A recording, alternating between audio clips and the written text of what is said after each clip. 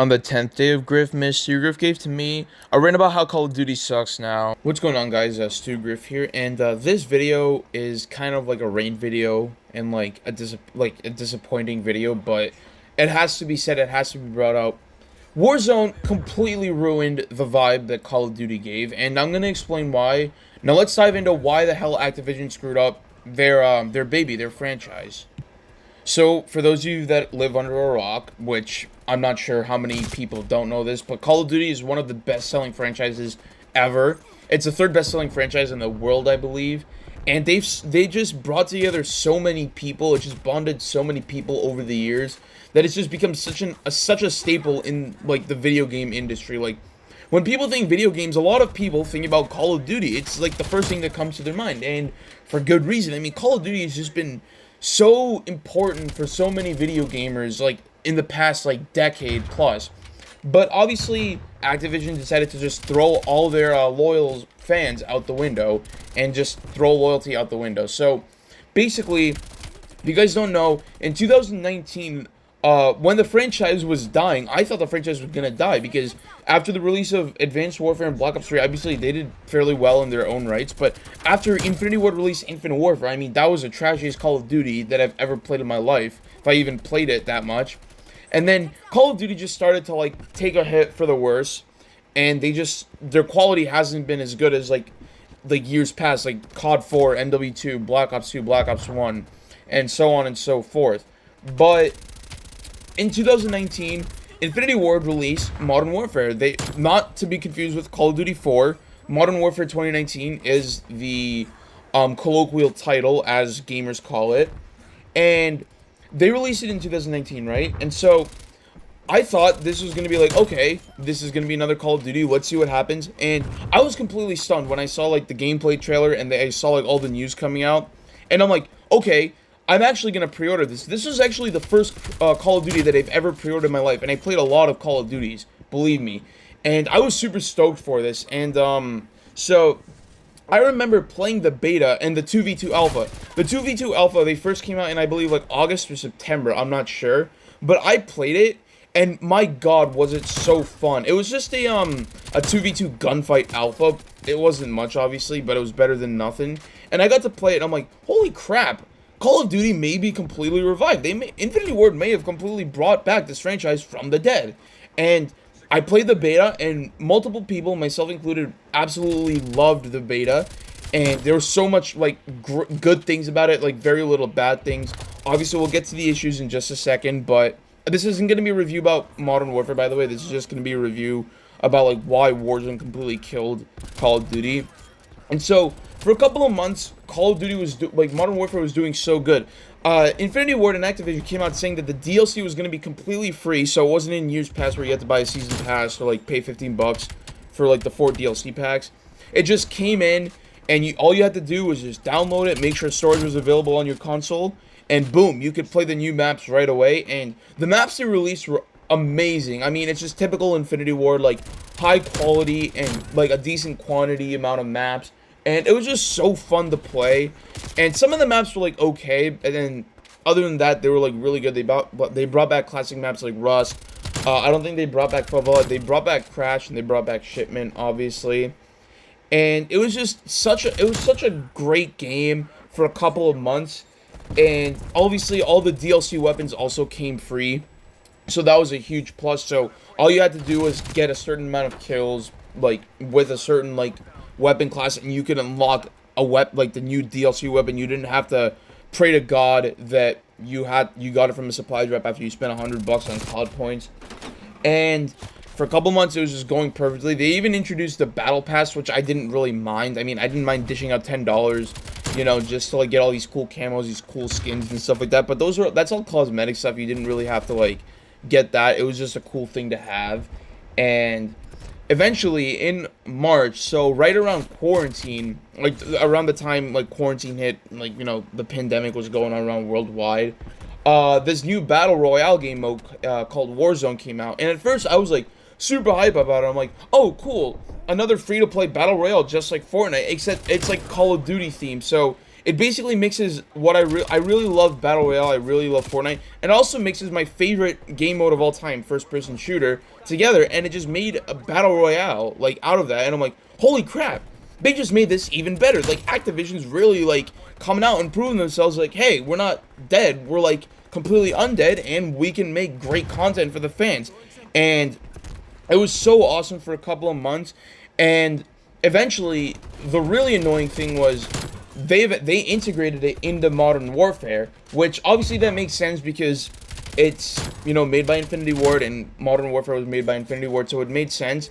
And it wasn't like it's not that it wasn't as fun, it was just less fun, and I guess that's kind of what ruined it a little bit. And then Cold War came out, and Cold War, don't want to talk about it. Absolute disaster of a game. It had potential, but not really.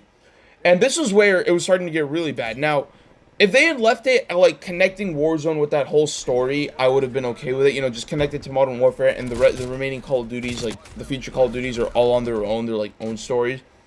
I was wrong, apparently, and so Warzone completely they decided like David Vonderhaar, Infinity Ward, and Activision were like, hey guys, I have a brilliant idea. Why don't we also implement Warzone with Cold War?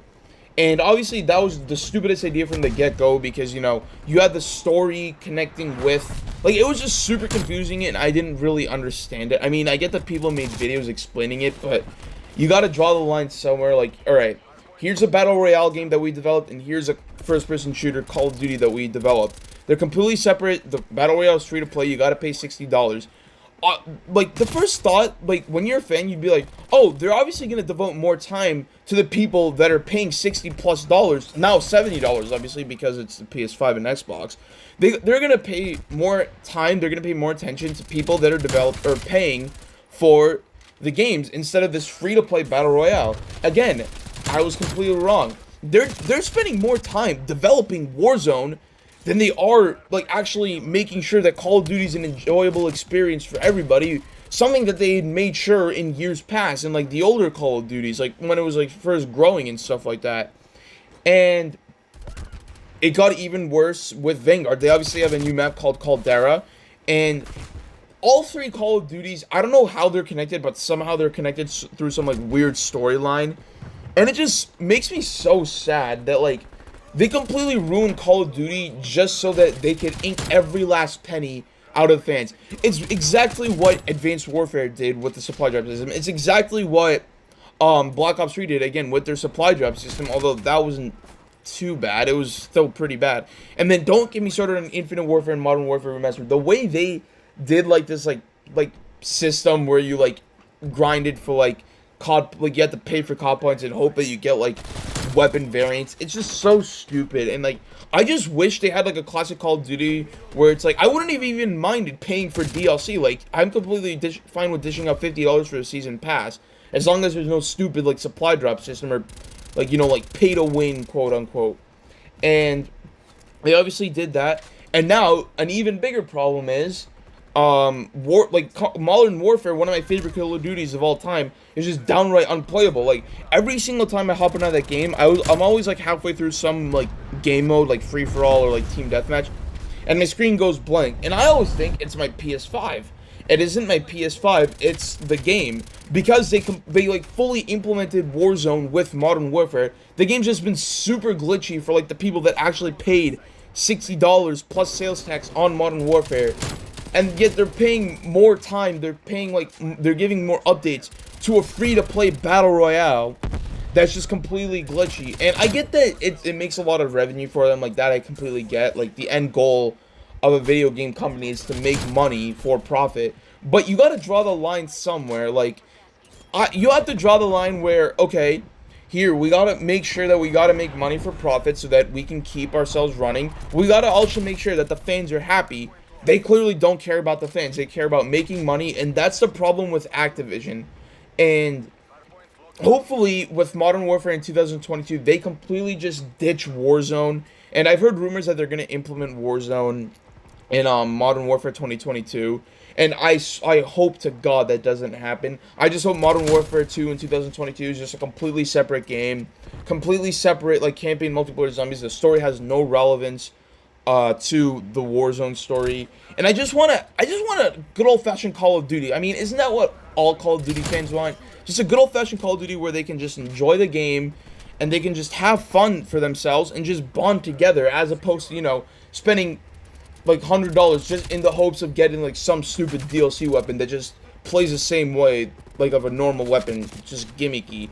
And I just wish Activision could open their eyes, and clearly they haven't been doing that, and other video games have been picking up speed. Obviously Battlefield is just like super glitchy, and unfortunately, as a Call of Duty fan, it pains me so much to say this, but like, Call of Duty is just downright unplayable as of right now. I was able to get in a couple of Modern Warfare games yesterday, and you guys will see that on a future YouTube video.